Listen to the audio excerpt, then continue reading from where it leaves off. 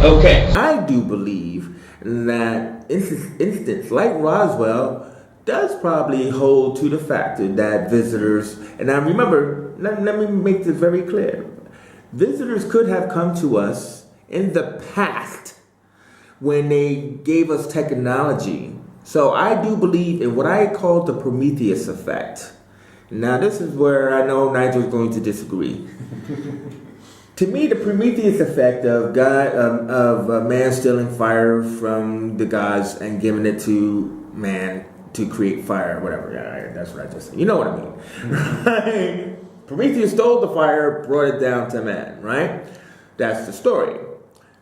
Now, when I saw a video, which we'll play up here, is that where the so-called original Roswell alien crash happened, it was a way to jumpstart our technology.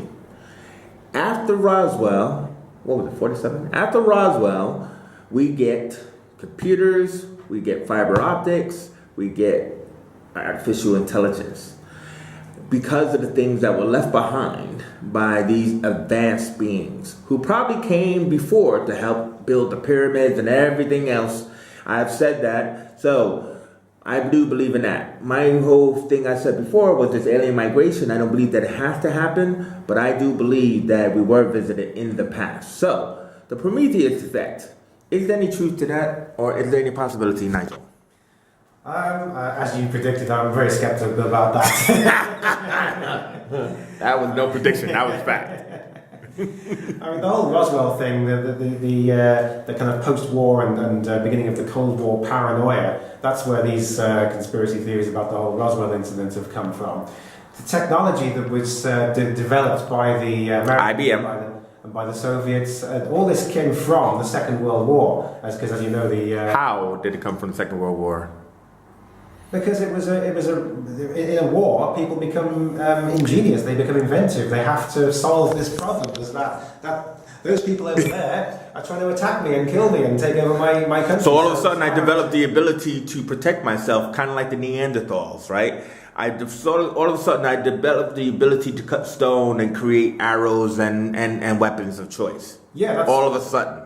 Not all of a sudden, no, it happens gradually, but evolution happens gradually over a period of time. So the Neanderthal weapons obviously are much more primitive than the weapons we have now, but we didn't suddenly, there wasn't like an instant snap of the fingers and suddenly we have all this sophisticated technology that we have now. It developed over a very long period of time. The computers that we use now and take for granted came from wartime technology, the code-breaking machines. The Enigma machine. The Enigma machine, Alan Turing. Alan Turing, yes, that's right. The imitation game, yes. The famous code breaker, yeah. He invented this turning machine, as it was known then, with these little dials and things that try and create the matches in order to crack the code.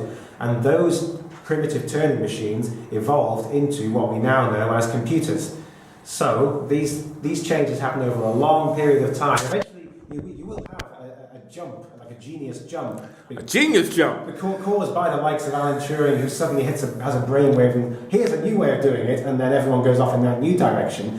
But all these jumps added together over a long period of time will show a very gradual increase in the technology that we have available to us. Nice one. So, Nigel calls it the genius jump. I love that. So, this is the Prometheus effect versus the genius jump.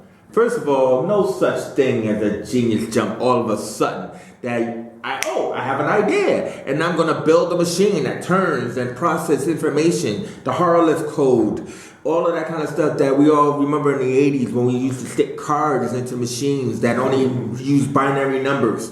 Genius jump. So anyway, there's a video, like I said, that is on here where they talk about that when they excavated certain sites, especially in Egypt, and you know what I'm talking about, is that they found actual coil springs. They found cylinders. You know, when we talk about the pyramids being built and scaffolding on pulley systems, come on. This is so impossible, it's ridiculous. Genius jump. Did the Egyptians have a genius jump too? Yes, they did. Civilizations like the creation of the pyramids in Egypt and Stonehenge here in England and all these very impressive structures that you see throughout the ancient world, they were built by clever, intelligent people who did devise these pulley systems and push the limits of the technology they had available to them. Whom we can't repeat that process today.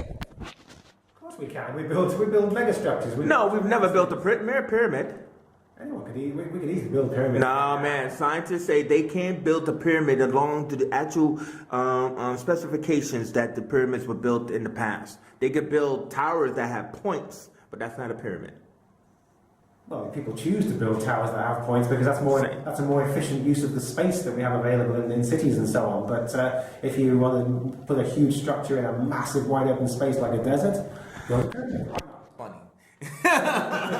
It's up to you to decide, really. You know, Prometheus effect versus the Genius jump, I love it.